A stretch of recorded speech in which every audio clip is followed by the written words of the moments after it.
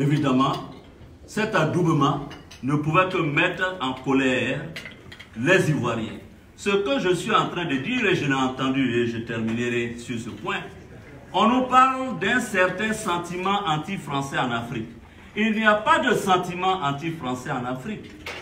Mais les Africains, qui sont de plus en plus jeunes, le leadership africain de plus en plus jeune, nous sommes outrés de voir qu'un président de la République de France, jeune, aille trinquer avec des septuagénaires, décriés et vomis par leur peuple. C'est ça le vrai problème. Et comme ils sont à 80% vomis dans leur pays, si vous venez trinquer avec eux, vous voulez qu'on vous aime pour cela? L'Afrique a besoin d'un nouveau leadership. Et c'est ce nouveau leadership que nous voulons incarner. Parce que ce n'est pas M. Ouattara qui est l'avenir de la Côte d'Ivoire. Il a essayé de faire un troisième mandat anticonstitutionnel. Et aujourd'hui, il veut une dévolution du pouvoir de façon monarchique. Ce que nous n'accepterons pas. Merci.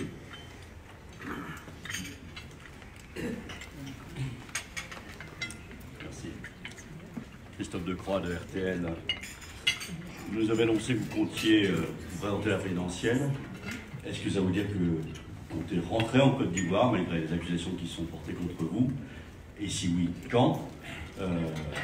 Et d'autre part, est-ce que vous ne craignez pas que cette élection présidentielle soit aussi violente que la précédente, avec la multiplication de candidats telle qu'elle s'annonce?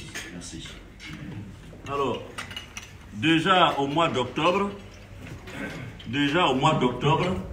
je disais sur les antennes et interviewé par M. Christophe Boisbouvier ici présent, que la Côte d'Ivoire était au bord du gouffre et que tel que les choses se passaient, des vents mauvais s'annonçaient pour la Côte d'Ivoire. On me l'a reproché, cette franchise.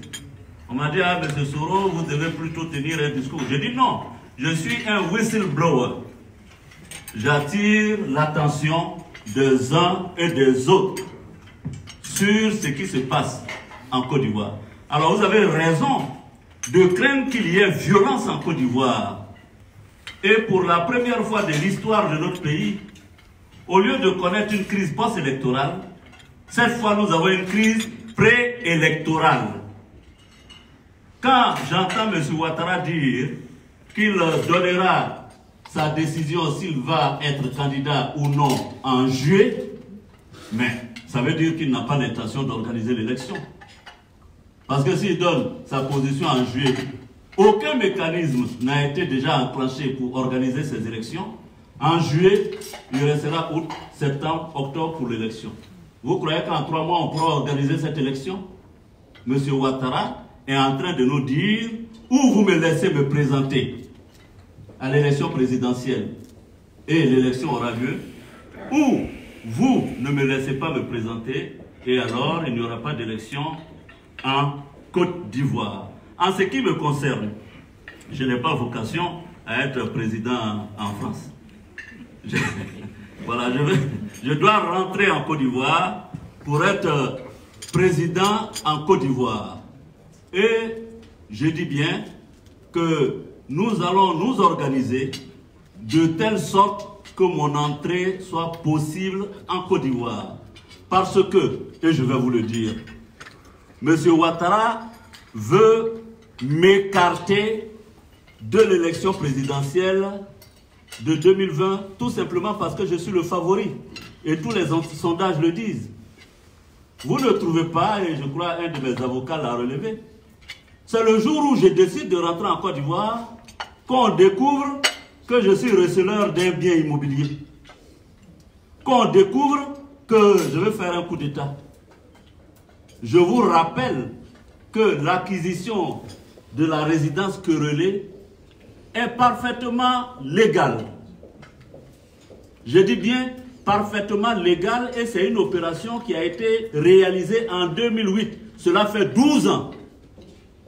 Donc, M. Ouattara ne s'est souvenu que j'étais un receleur que seulement le 23 décembre, alors que j'ai été son Premier ministre, j'ai été son président de l'Assemblée nationale, et que jusqu'à aujourd'hui, il me demande encore de militer dans son parti?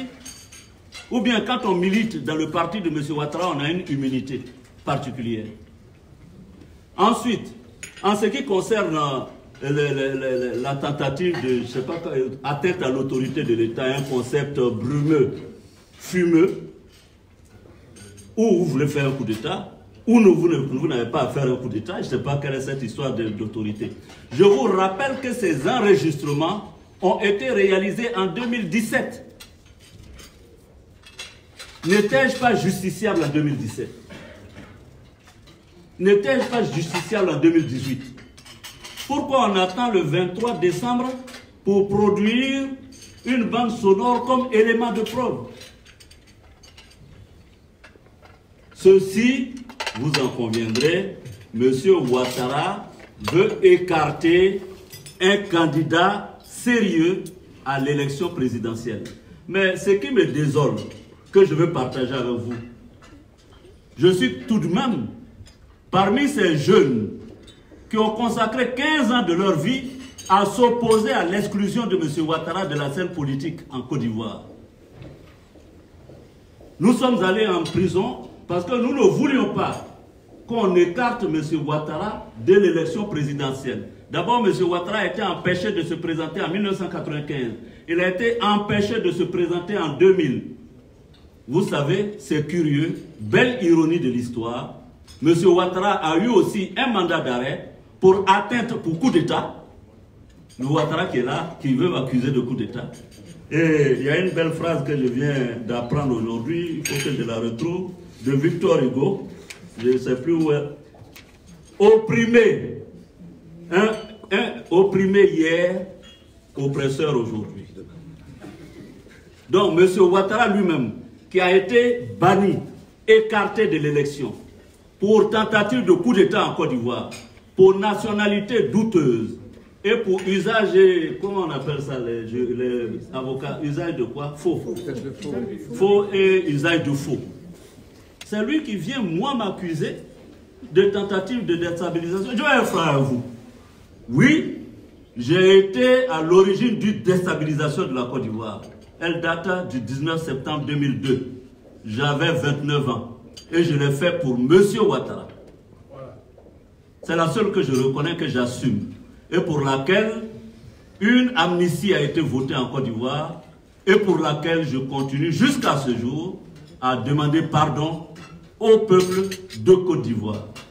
Je n'accepterai pas que celui qui a eu hier un mandat d'arrêt pour coup d'État, pour faux et pour nationalité douteuse vienne à écarter un fils de l'élection présidentielle en Côte d'Ivoire. Merci.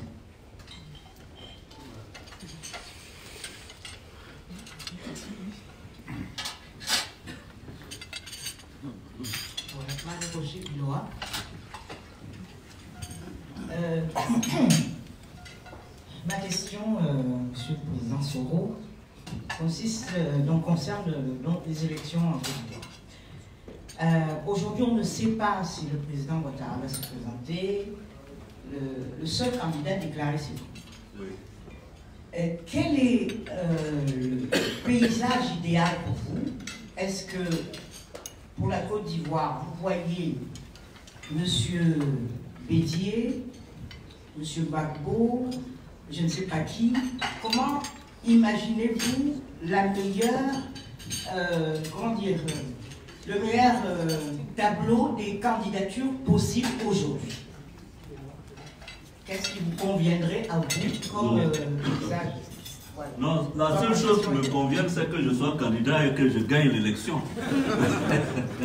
Hein? Je suis candidat et vous savez, vraiment, je veux vous le dire avec sincérité.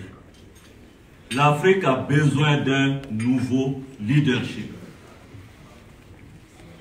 Depuis la mort du président Félix Houphouët-Boigny, et je vais vous dire pourquoi. En 1990, Félix Houphouët-Boigny est président de la République de Côte d'Ivoire. M. Ouattara est son premier ministre. M. Bédier est son président de l'Assemblée nationale. M. Gbagbo est son principal opposant. 30 ans après, On a encore M. Ouattara, M. Gbagbo, M. Bédié. Entre-temps, en France, les Français ont connu Mitterrand, Chirac, Sarkozy, Hollande, Macron. Ils sont à leur 5e président. Vous ne croyez pas que le peuple de Côte d'Ivoire mérite de voir d'autres visages 30 ans après? C'est là que se pose le problème. Mais en réalité, nous, jeunes d'Afrique, nous ne pouvons plus accepter que, après avoir élu des personnes, qu'elles viennent s'accaparer, caporaliser l'État et veuillent changer la Constitution pour demeurer au pouvoir. Ça, c'est terminé. Maintenant, et pour terminer, puisque vous avez demandé que je puisse me prononcer sur les personnalités de M. Bédié et de M. Gbagbo, je voudrais vous signaler que M. Bédié et moi, nous avons un accord politique. Nous avons décidé d'aller à l'élection présidentielle d'octobre 2020. Le candidat de l'opposition, qui est le mieux placé, sera soutenu par les autres. C'est-à-dire qu'au soir du 31 octobre 2020, si je suis premier et que je suis qualifié pour le second tour, M. Bédié me soutiendra et vice-versa. Donc, j'ai, pour ma part, donc, cet accord avec M. Bédié. J'ai rencontré Blé Goudé à La Haye et j'ai demandé à rencontrer M. Gbagbo. Nos équipes travaillent sur cette demande d'audience. L'opposition va se regrouper, se rassembler pour constituer l'alternance crédible et imparable pour 2020. Puisque j'ai encore le micro, juste une courte question. Est-ce que dans le bras de fer qui nous oppose là maintenant au président Ouattara, vous avez des soutiens, des alliés dans la sous-région, même s'ils ne sont pas déclarés? Ouattara m'ayant imposé un bras de fer. D'ailleurs, j'ai été très heureux de l'entendre dire dans une interview à BBC que je suis son fils. Heureusement que je suis son fils. Si je ne l'étais pas, peut-être que je serais pendu à un croc de boucher. Parce que exiler un homme, je dis bien exiler un homme, Ouattara lui-même qui a fait combien d'années en exil, venir reconduire ces pratiques, je peux vous dire ma profonde déception. Jamais, et je pense que peu d'entre vous auraient pu imaginer que M. Ouattara, venu du FMI, l'homme policier qui nous disait qu'il a rétabli et relevé l'économie de 120 pays, en soit aujourd'hui, à 3 mois des élections, à ne pas savoir s'il est candidat ou pas. En soit aujourd'hui, et ils vous l'ont dit, à faire des arrestations arbitraires et que la torture encore existe en Côte d'Ivoire. Pour ma part, si je veux parler de moi-même, j'ai quand même 2 jeunes frères, de même père, même mère, qui sont tenus otages. Ils ne sont pas politiques. On les a pris juste pour faire pression sur ma personne. De telles pratiques, il faut l'avouer, nous les découvrons avec M. Ouattara. Et ça, c'est quelque chose de surprenant. Évidemment, vous me demandez certainement si j'ai le soutien de certains chefs d'État de la sous-région. Vous imaginez bien que je ne vous dirai pas. Mais ce que... voilà. Bon, évidemment, M. Ouattara a ses amitiés. Tous ceux qui veulent rester au pouvoir. Et j'ai mes amitiés, tous ceux qui pensent que l'Afrique mérite un nouveau leadership. Voilà. Merci. Monsieur le Président Willis Gosset, BFM TV, est-ce que vous attendez quand même quelque chose de la France dans cette crise qui est quand même grave pour la Côte d'Ivoire, bien sûr, mais évidemment préoccupante d'une façon générale?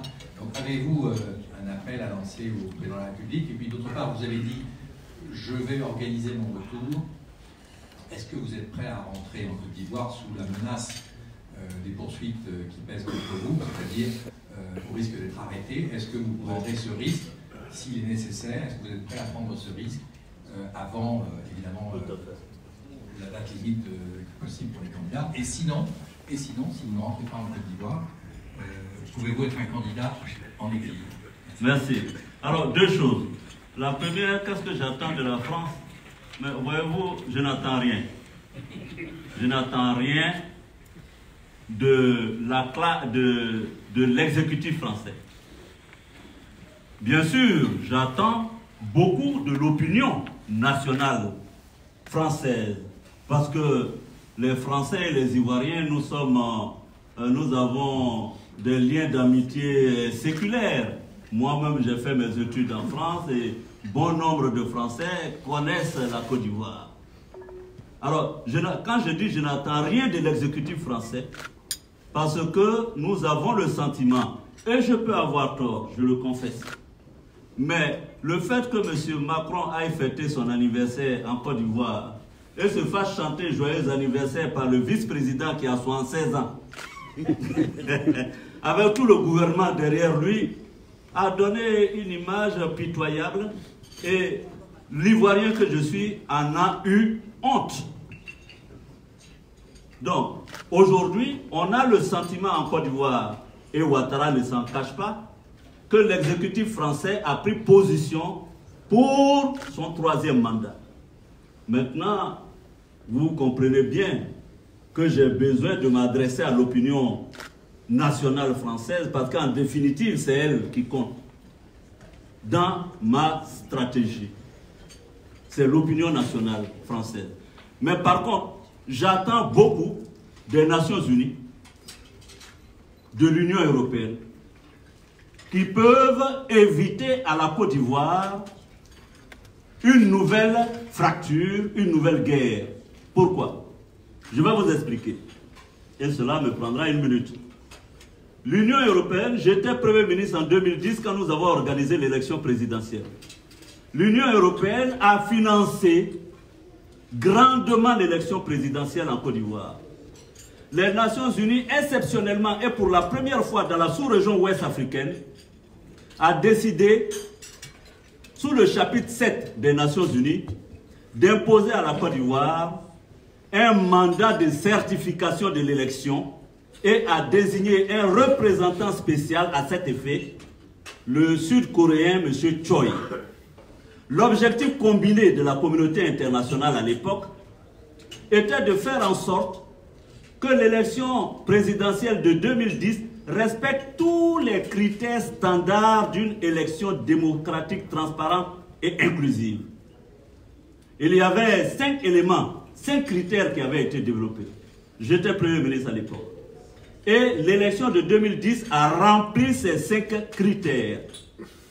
L'opération des Nations Unies en Côte d'Ivoire, c'était des millions de dollars, pour ne pas dire des milliards de dollars.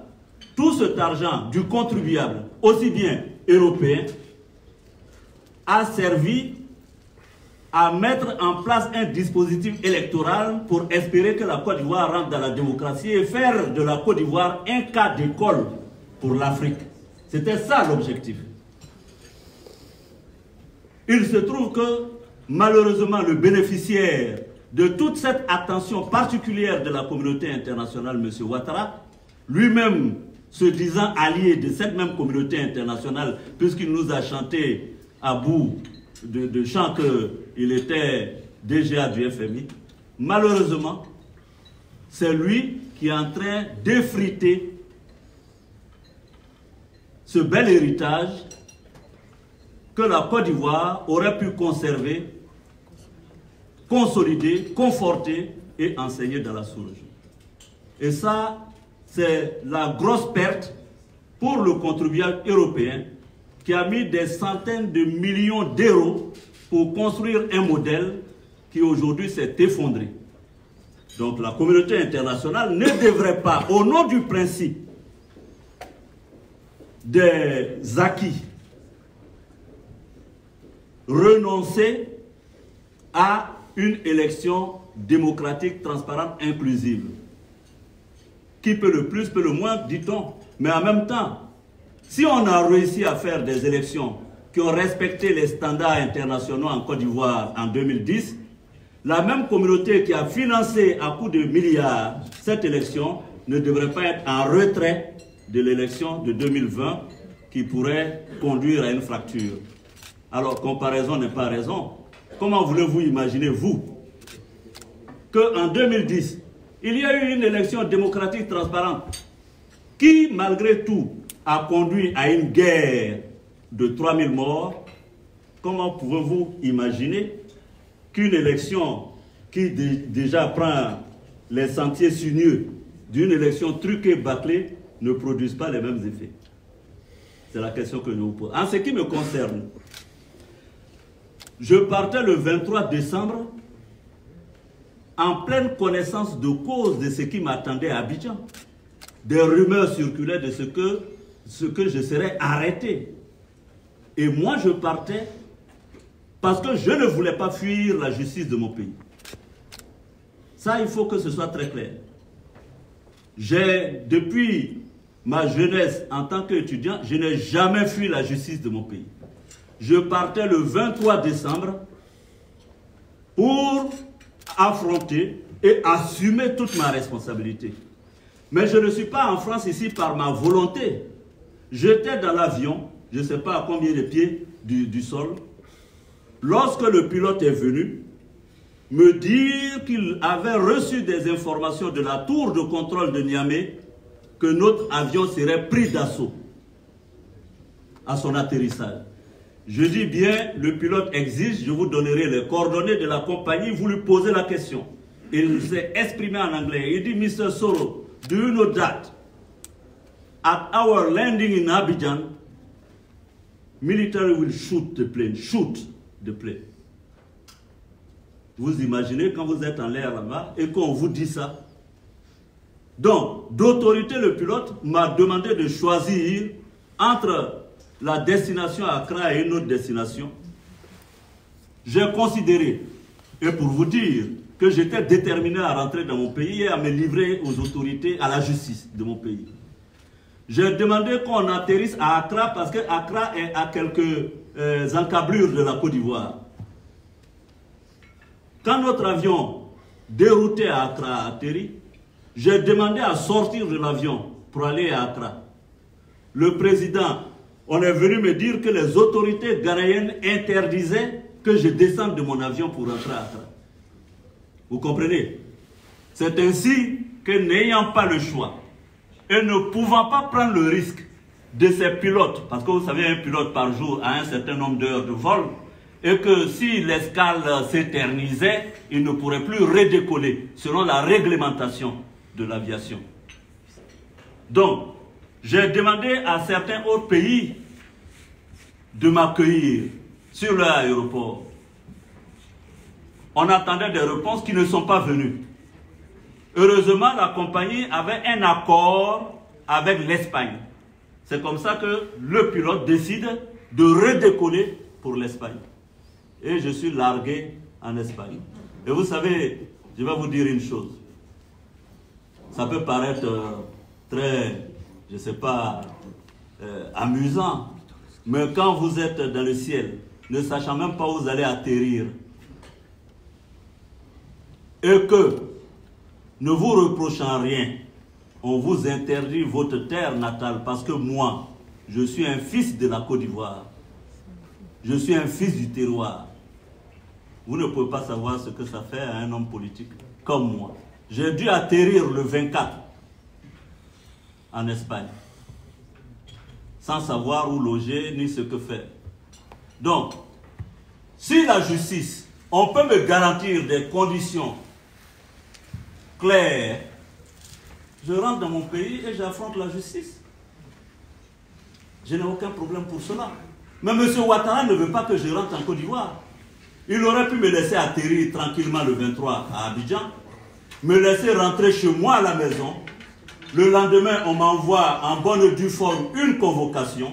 Mes avocats iraient répondre. Et puis la procédure se serait engagée et le pays serait tranquille. On a voulu m'éloigner de la Côte d'Ivoire. Et que cela vienne de celui qui a été exilé, celui qui a été martyrisé, à quelque chose de cynique que je vais dénoncer. Bonjour Président, Luc Michel, pour Grand Reporter Afrique Média Bruxelles. On a un peu l'impression que la Côte d'Ivoire, c'est un problème générationnel. Vous êtes un quadragénaire, ceux qu'on appelle vos concurrents, ce sont des dinosaures de la politique. Vous vous présentez vous-même comme le leader générationnel. Pourquoi est-ce que Ouattara a-t-il aussi peur de vous? Est-ce que c'est un vieux monsieur apeuré par la force de la jeunesse et du changement? Merci.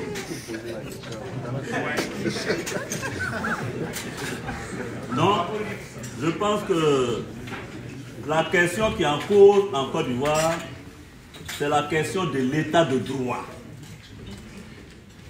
et de la démocratie.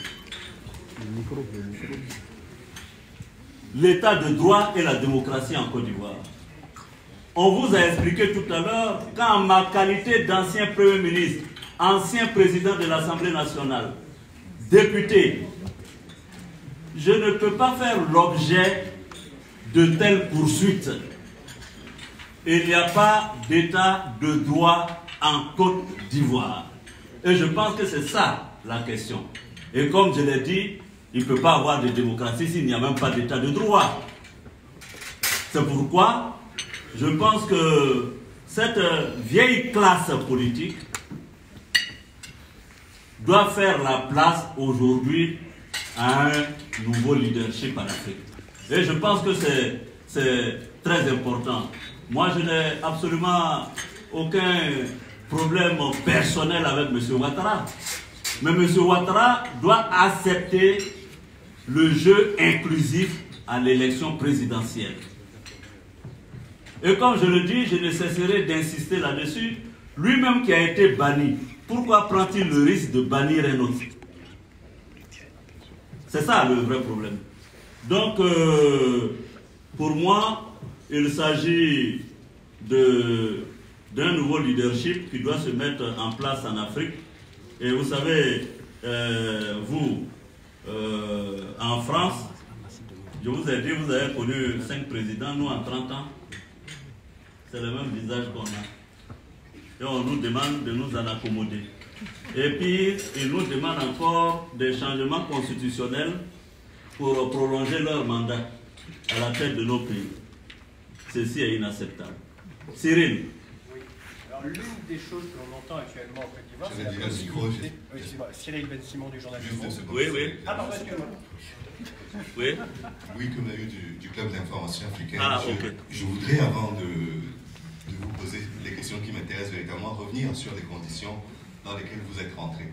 Et mes 2 questions porteront sur 2 choses principales. La première, c'est pourquoi avoir fait le choix d'un avion privé plutôt que d'un avion privé plutôt que d'un vol commercial, à partir duquel il aurait été difficile de vous empêcher d'entrer sur le territoire, vu qu'il y aurait eu l'effet passagers nombreux, qui aurait fait que vous seriez arrivé à Abidjan et on aurait dû faire avec votre présence. Ça, c'est la première question. La deuxième question, c'est est-ce que vous envisagez, dans un second temps, maintenant que vous avez expliqué pourquoi on ne peut pas vous arrêter, pourquoi on ne peut pas vous conduire en Côte d'Ivoire, est-ce que vous envisagez de rentrer par un vol commercial afin de ne pas avoir les mêmes déboires que lors de votre dernière tentative? Ça, c'est la première question. Le deuxième aspect sur lequel je voulais également vous interroger, c'est sur quelque chose que j'ai entendu de la part de l'un de vos avocats qui expliquait que les logements de fonction appartiennent définitivement à ceux qui les ont occupés en Côte d'Ivoire. Ai-je mal interprété ou c'est ce qu'il fallait entendre? Je vous expliquerai. Et la troisième question porte sur un dernier aspect, c'est celui du leader générationnel que vous voulez incarner. Qu'est-ce qui fait la différence entre vous et tous les autres qui ont été là, qui utilisaient ce que mon confrère du jeu appelle les sorciers blancs et que vous reproduisez aujourd'hui à peu près dans les mêmes termes et depuis les bords de Seine? Voilà, merci beaucoup. La première question. Pourquoi je n'ai pas pris un vol commercial? C'est simple, hein? Il n'y a même pas à se triturer ou torturer les méninges. J'ai pris un vol privé pour une fois de ma vie et je pense que j'en avais droit.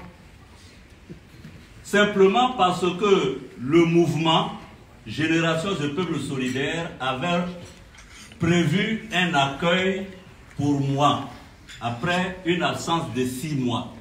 Si je prenais un vol commercial, j'aurais atterri à Abidjan à 20h, ce qui n'était pas une heure propice pour l'accueil que Génération et Peuple Solidaire avaient prévu pour moi. Donc, nous avons convenu ensemble de distraire quelques argents pour atterrir à 13h dans la journée, ce qui serait visible et la sécurisation s'en trouverait aisée. Donc, c'est uniquement pour cette raison que j'ai pris le vol, comment on appelle, privé. Voilà. Donc, ce n'était pas par malice, ni par... alors, peut-être que bien m'en a pris, je n'en sais rien. Alors, non, il a demandé si prochainement je vais prendre un vol privé. Hein? Non, un vol commercial. Mais Kemayou, si vous venez avec moi, on ira ensemble dans le vol commercial, il n'y a pas de problème. Hein? Hein? D'ailleurs, dans mon vol privé, j'ai essayé d'inviter certains journalistes. Je ne sais pas s'ils avaient l'information, ils ont tous décliné. Alors, vous me demandez... Non. Ce que l'avocat dit, en Côte d'Ivoire, le Premier ministre a un logement de fonction que l'État lui donne. Je vous donne d'abord, M. Kemayou, cette opération a été réalisée en 2008. Ça fait 12 ans. Ça veut dire que pour me chercher Noise, M. Ouattara est remonté loin dans le temps. Ça veut dire que c'est toute ma vie publique qui a été passée au scanner. Quand en 2007, je suis nommé Premier ministre, la Côte d'Ivoire enclenche ce qu'on appelle le processus de réunification de la Côte d'Ivoire. Vous savez que la Côte d'Ivoire était divisée en deux, parce qu'il faut situer le contexte. Je suis nommé Premier ministre. J'arrive à Abidjan, puisque ma résidence était à Bouaké. Quand j'arrive à Abidjan, je loge dans un hôtel. Le président Laurent Gbagbo me dit, ce n'est pas commode pour un Premier ministre de loger dans un hôtel. Je dois dire que je convenais avec lui sur cette question. Et donc on demande au gouvernement de me loger. Celui qui est chargé des logements, c'est le ministre de la Construction, qui est l'actuel ministre des Affaires étrangères de Côte d'Ivoire, M. Marcel Amontano, et vous pourrez lui poser la question. Le logement de fonction du Premier ministre, pour ceux qui connaissent la Côte d'Ivoire, la Corniche, quand vous prenez la Corniche, il y a une grande résidence là. Donc le ministre opposant n'a aucune immunité. Et pourtant, il a bénéficié, n'est-ce pas, de la même opération du Trésor. Donc, pourquoi aujourd'hui, M. Ouattara, qui a vu sa résidence payée sur les fonds du Trésor, alors que ce n'était pas une décision de justice. Parce que quand votre maison est saccagée, vous allez en justice, la justice décide qu'on doit vous dédommager. Ouattara n'est pas allé en justice. Ça a été une décision politique du président Laurent Gbagbo que les fonds de souveraineté servent à le dédommager. S'il y a une seule personne politique en Côte d'Ivoire qui ne peut pas parler de recel en ce qui me concerne, c'est bien M. Ouattara. C'est de l'abus. Alors, donc, quelle est la dernière question?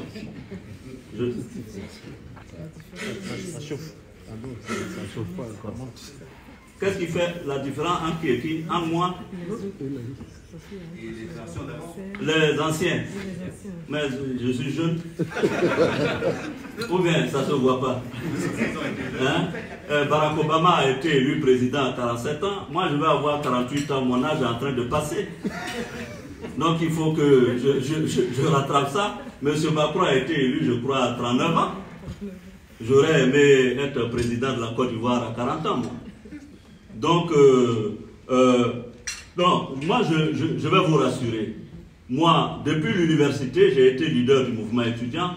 Je peux vous dire que c'est déjà à cette époque que j'ai renoncé à un second mandat, à un troisième mandat à la tête de la FESI.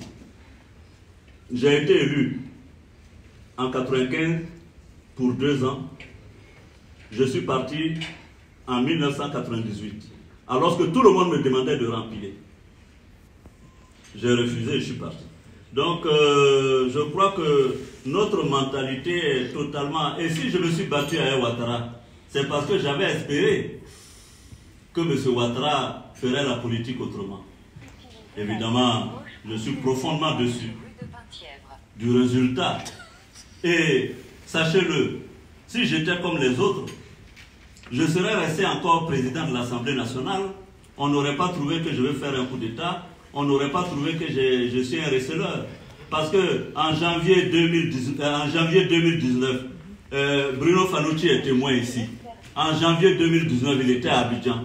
M. Ouattara m'a appelé pour me demander de militer au RHDP. C'est moi qui ai dit non. Et M. Kemalou, je vous le signale, depuis 1960 jusqu'en 2020 à ce jour, aucun président d'une institution de la République de Côte d'Ivoire n'a osé, en âme et conscience, rendre démission. Je suis le premier à l'avoir fait. Vous savez, en 2019, nous étions 12 présidents d'institutions en Côte d'Ivoire. M. Ouattara a demandé aux 12 présidents d'institutions de militer obligatoirement dans son parti. Sinon, il devait démissionner. J'ai été le seul qui a osé démissionner. Si je l'ai fait, c'est par conviction et c'est parce que je pense que la Côte d'Ivoire mérite d'être dirigée autrement. Merci. Vous avez répondu sur le principe, mais la question portait surtout sur le fait que, comme les autres, vous avez des pratiques qui ressemblent à celles de la France-Afrique, notamment cette utilisation des sorciers blancs. Moi, c'est à ça que je... Les sorciers blancs, c'est les avocats. Vous parlez des avocats? Moi, je parle de façon générale. Ou bien des journalistes qui sont là? Alors, j'en fais partie. Ah, non, mais bon, moi je ne vois pas les sorciers blancs qui sont avec moi parce que moi, mon cabinet, on est tous ivoiriens. Bon, si vous parlez des avocats, j'ai pris des avocats parce qu'il y a des procédures en France. Et internationales. Donc, les avocats ivoiriens ne connaissent pas ces procédures-là mieux que les qui frappent à la porte. Mais j'ai pris des avocats français parce que Mayou, M. Ouattara m'a mis en exil en France. Bon, donc vraiment, chez nous, on dit le mouton brûle là-haut à la tâche. Donc, j'ai pris des avocats français parce qu'ils maîtrisent mieux donc, les procédures, voilà, le droit français. Hein? Donc, ça, c'est la première chose. J'ai invité les journalistes. Bon, il y a beaucoup de journalistes français, c'est vrai, mais toi, tu es là aussi. Donc, je ne vois pas où sont les sorciers blancs de Guillaume Soro. Voilà. Ah bon, je ne vois pas où sont les nègres blancs de Guillaume Soro. Oui, Simon, mais voilà, Simon. Vous m'entendez? Oui, je sais pas. Ça marche. Non, voilà, je crois que ça marche. Cyril Simon du journal Le Monde. On parle actuellement en Côte d'Ivoire d'une possibilité de faire voter via l'Assemblée nationale une limitation d'âge à 75 ans. Est-ce que vous-même, en tant que promoteur d'un renouvellement des générations, vous seriez favorable à une limitation d'âge pour les candidatures à 75 ans? Et deuxième question, vous avez dit récemment ne reconnaître qu'une seule déstabilisation en Côte d'Ivoire, celle du 19 septembre 2002 pour le compte d'Alassane Ouattara. Est-ce que cette rébellion, vous l'avez déclenchée à la demande d'Alassane Ouattara, ou Alassane Ouattara a-t-il été le bénéficiaire par la suite, sans en être le commanditaire premier? Ok. Cyril, mes mémoires en diront beaucoup plus sur cette rébellion. Hein? Mes mémoires en diront beaucoup plus. En attendant ces mémoires, hein? on va dire un peu plus. Hein? Ces non, mais toi et moi, on est de la même génération, donc tu auras le temps de lire mes mémoires.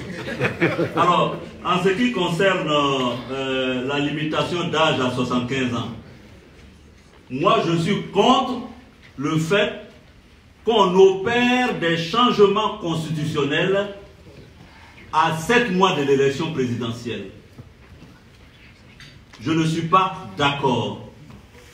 À 7 mois d'une élection présidentielle, on ne peut pas se permettre, alors qu'on est président sortant, de changer la constitution. C'est de la forfaiture. Alors, on ne peut pas, en cours de jeu, changer les règles. Moi, j'ai annoncé ma candidature en octobre 2019 en pleine connaissance de cause de notre constitution. Alors, je suis candidat et à 7 mois des élections, on change les règles. Vous trouvez ça démocratique? Donc je suis contre, je ne vais même pas dans le fond des changements qui doivent s'opérer. Je suis contre toute tentative de tripatouillage de la Constitution à 7 mois de l'élection. Ouais. Pas envie d'en dire un tout petit peu plus sur la déclaration pas envie d'en dire un tout petit peu plus sur la déclaration du 19 septembre par rapport relative au 19 septembre et... Non, j'ai dit que le 19 septembre 2002, c'est la seule tentative de déstabilisation à mon compte. Et M. Ouattara n'est pas étranger. Il en sait beaucoup de choses. Posez-lui la question, il saura. De toute façon, vous voyez bien qu'il a été grand bénéficiaire.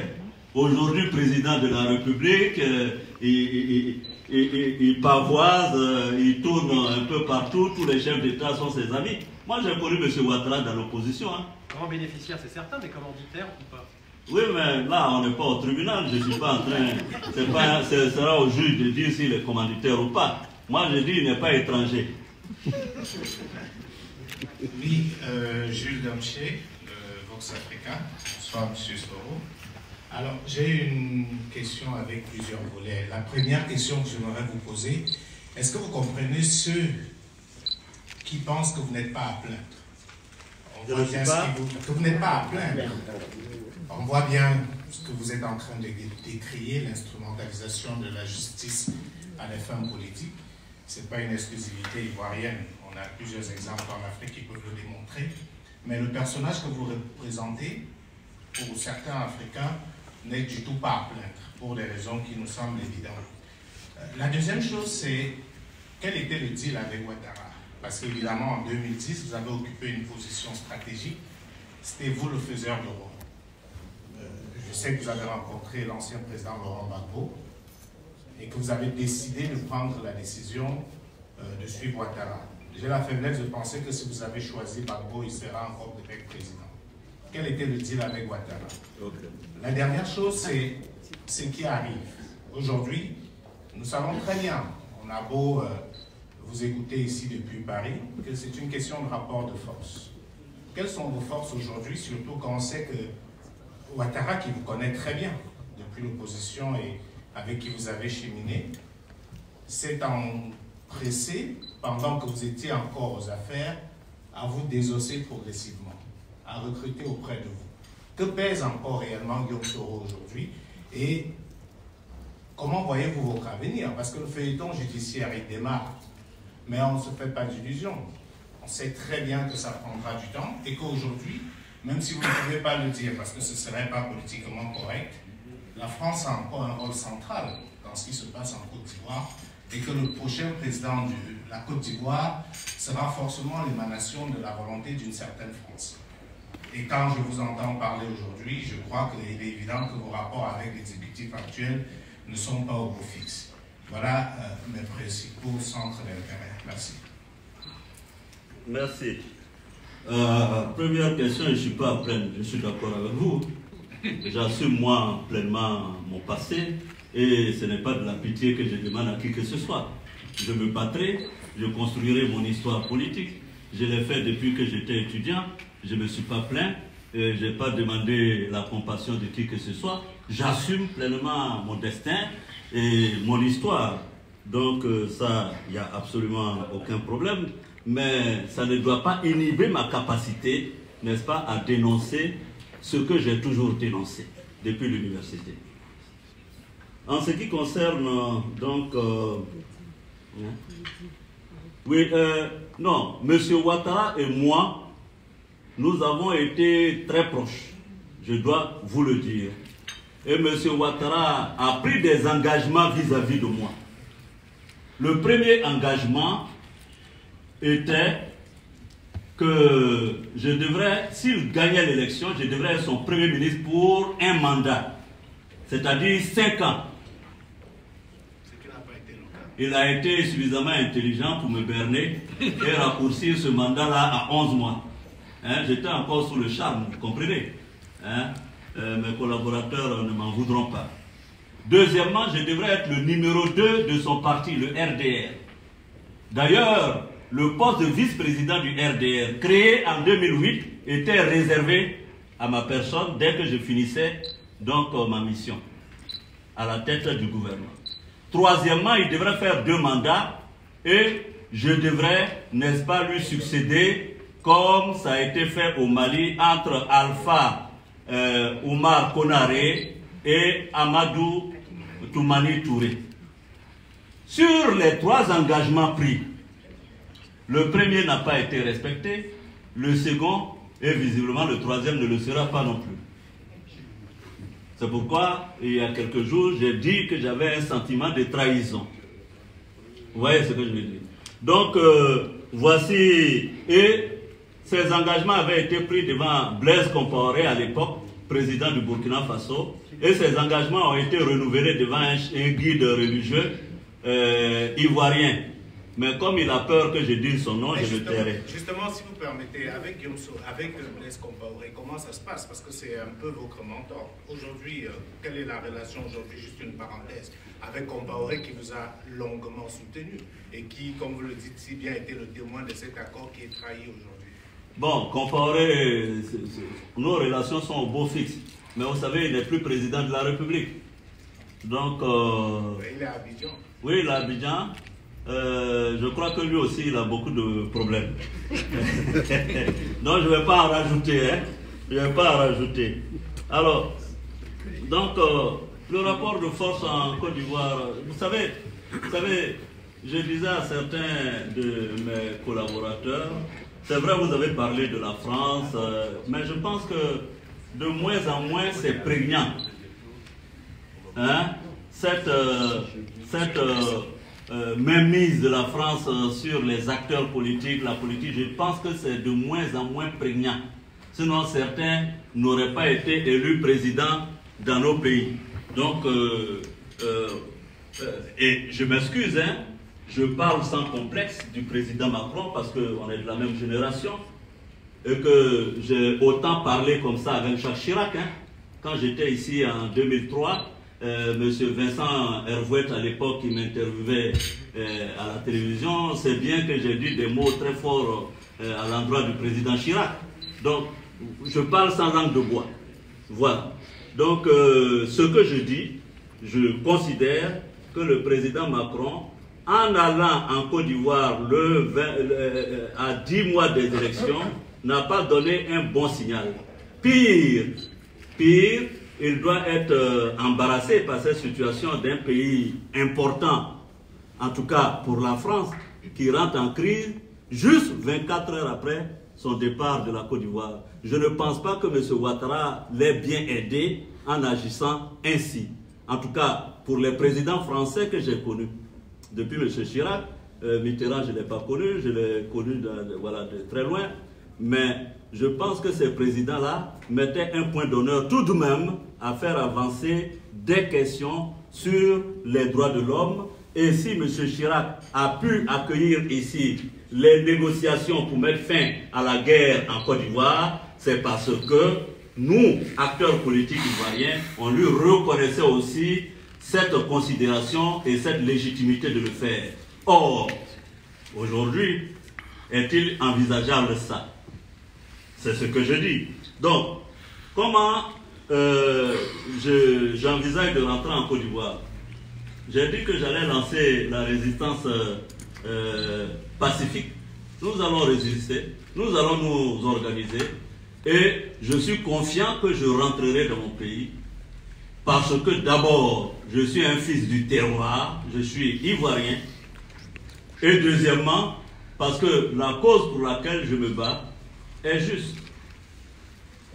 Et pour terminer sur ça, je vais vous dire une phrase que j'aime à dire à mes collaborateurs, même quand c'est pénible, c'est difficile et qu'il n'y a pas de visibilité, la victoire, elle, je dis bien la victoire, elle exige qu'on y croit en dépit des signes qui prédisent le contraire. Merci. Mesdames et messieurs, encore 2 questions. Mais je vois que la nourriture que j'ai mangée est déjà finie, parce qu'à force de parler.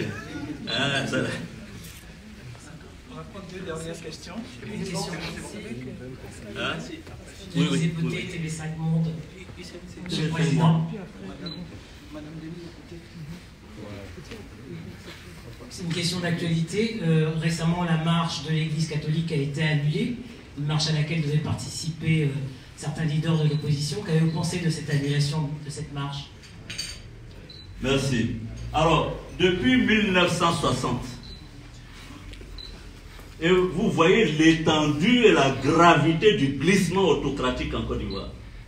Depuis 1960, c'est la première fois qu'on interdit à l'Église catholique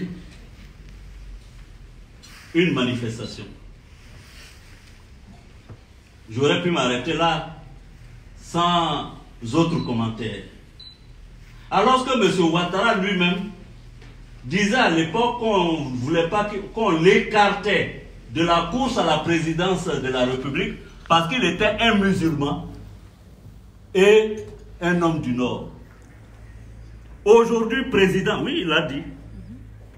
Aujourd'hui, président de la République, il interdit à l'Église catholique de manifester. Parce que les évêques nous ont informés qu'ils ont écrit officiellement à la police pour encadrer leur marche et que la police n'a même pas pris le soin de répondre. Et nous avons assisté sur les réseaux sociaux à un balai de jeunes militants du parti de Ouattara appelant à lyncher les chrétiens. Il s'est écrit, hein, c'est pas que j'invente. Hein. Et les vidéos sont là, M. Moussa, vous pourrez mettre à la disposition de la presse. Les partisans de M. Ouattara, publiquement, appelant au lynchage des évêques. Je suis en train de vous dire que des vents mauvais sont en train de souffler sur la Côte d'Ivoire. Ce n'est même plus un problème de Guillaume Soro, de la candidature de Guillaume Soro. Ça va jusqu'à la question de la laïcité de l'État de Côte d'Ivoire. Donc, c'est tous les compartiments de notre État qui sont touchés. Et ça, c'est d'une gravité extrême. Alors, en ce qui nous concerne, nous, GPS, quand les évêques ont décidé de faire cette marche, cette procession pour la paix et prier pour la paix en Côte d'Ivoire, je me suis abstenu de faire une déclaration ou de soutien ou de désapprobation. Parce que je ne voulais pas qu'on politise une affaire religieuse. Donc, nous nous sommes restés vraiment en marge. Cependant, je note que ceci est un précédent grave qui peut avoir des conséquences désastreuses dans une sous-région. Dans une sous-région où on a en face des djihadistes au Mali, au Burkina, au Niger, dans une sous-région où la Côte d'Ivoire est quand même un pays qui, depuis 1960, a su réguler les questions des cultes et des religions en Côte d'Ivoire. Ça, c'est dangereux. Bonjour, Monsieur le Président, Pascal Hérault de l'Opinion. Je voudrais que vous me précisiez, vous venez bien de nous dire que Alassane Ouattara, vous avez proposé un deal en 2010. Avant 2010. Oui, avant 2010, sur le fait que s'il devenait Premier ministre, président, vous seriez Premier ministre pendant 5 ans et que vous êtes laissé abuser. Oui. Comment avez-vous pu passer un deal avec Alassane Ouattara avant 2010, alors que vous étiez censé être le garant impartial des élections de 2010 devant les Ivoiriens, et que vous avez assuré avec le certificateur des Nations Unies la garantie que ce scrutin a bien été viable, transparent et honnête. Merci. Le deal que nous avons passé, s'il convient de l'appeler ainsi, c'était en 2006, je n'étais pas Premier ministre. Monsieur Pascal, je n'étais pas Premier ministre. En plus, le deal ne concernait pas, comment on appelle ça, de frauder à l'élection présidentielle. À supposer même que par extraordinaire, j'en avais eu un seul instant l'intention. Les Nations Unies ne m'auraient pas laissé faire. On est d'accord? Donc, ça ne remet pas en cause la crédibilité de l'élection de 2010. Si tant il est vrai que cette insinuation peut se faire. Ce que je suis en train de dire, c'est que M. Ouattara a signé des deals politiques aussi bien, non pas seulement avec moi. À l'époque, il a signé un deal politique avec Laurent Gbagbo lui-même. Il a signé un deal politique avec Bédié. On est d'accord. Bédié aussi s'est laissé flouer, non? Alors, donc, si vous me reprochez à moi d'avoir été berné, bon, je ne suis pas le seul. Il en a berné bien plus intelligent et bien plus avisé que moi. Expérimenté, Bédié a quand même été président de la République. Et Bédié se plaint d'avoir été abusé et floué. Donc, je dis bien en 2006, c'est pas en 2010, M. Ouattara, donc, a fait ce deal avec moi. M. Compaoré est vivant, vous pourrez lui poser la question si c'est vrai ou si c'est faux. Maintenant, quand j'ai été nommé Premier ministre en 2007, M. Pascal, retenez-le, en ma qualité de Premier ministre, j'ai assuré l'impartialité du processus. Et c'est ça que je veux dire. Et cette impartialité du processus ne dépendait pas que du Premier ministre. Elle relevait, comme je l'ai dit, des Nations Unies, du mandat de certification des Nations Unies. Elle relevait du mandat donc, de la CEDEAO en Côte d'Ivoire. Et le Premier ministre n'a fait que conduire le processus jusqu'à son terme. Donc, l'élection de 2010, je vois souvent les gens me posent la question, M. Ouattara a bel et bien été élu. Donc, il n'y a pas de problème sur cette question. Vous savez bien, aujourd'hui je suis en froid à M. Ouattara, il aurait été opportuniste, c'est facile pour moi de dire qu'il n'a jamais été élu. Ce n'est pas vrai, il ne faut pas non plus mentir par opportunisme. La vérité, c'est que nous avions 3 canaux de vérification de cette élection. Effectivement, M. Ouattara a été élu. Comment en aurait-il pu être autrement quand, au premier tour, M. Laurent Gbagbo a 38%, M. Ouattara a 32%, M. Bédié a 25%. Quand M. Bédié et M. Ouattara se mettent ensemble, il ne faut pas avoir fait Harvard pour savoir que M. Ouattara ne pouvait que gagner, tout de même. Donc on ne peut pas... Voilà, même si vous n'êtes pas fort en mathématiques, moi je disais aux uns aux autres que nous avions 3 forces politiques en Côte d'Ivoire. Nous avions le PDCI de Bédié qui représentait environ 30%. Nous avions le RDR de Ouattara qui représentait environ 30%. Et nous avions le FPI de Gbagbo qui représentait environ 30%. Alors si deux se mettent ensemble, ils ne peuvent que gagner face à l'autre. Et c'est ce qui s'est passé. Au premier tour, M. Gbagbo a eu 38%, M. Ouattara 32%, M. Bédié 25%. Et les résultats ont confirmé qu'à environ 80 à 90%, il y a eu un report de vote sur M. Ouattara. Il ne pouvait que gagner. Voilà la réalité. Merci. Merci, M. le Président. Merci, chers amis, chers confrères. Cet échange aura été enrichissant.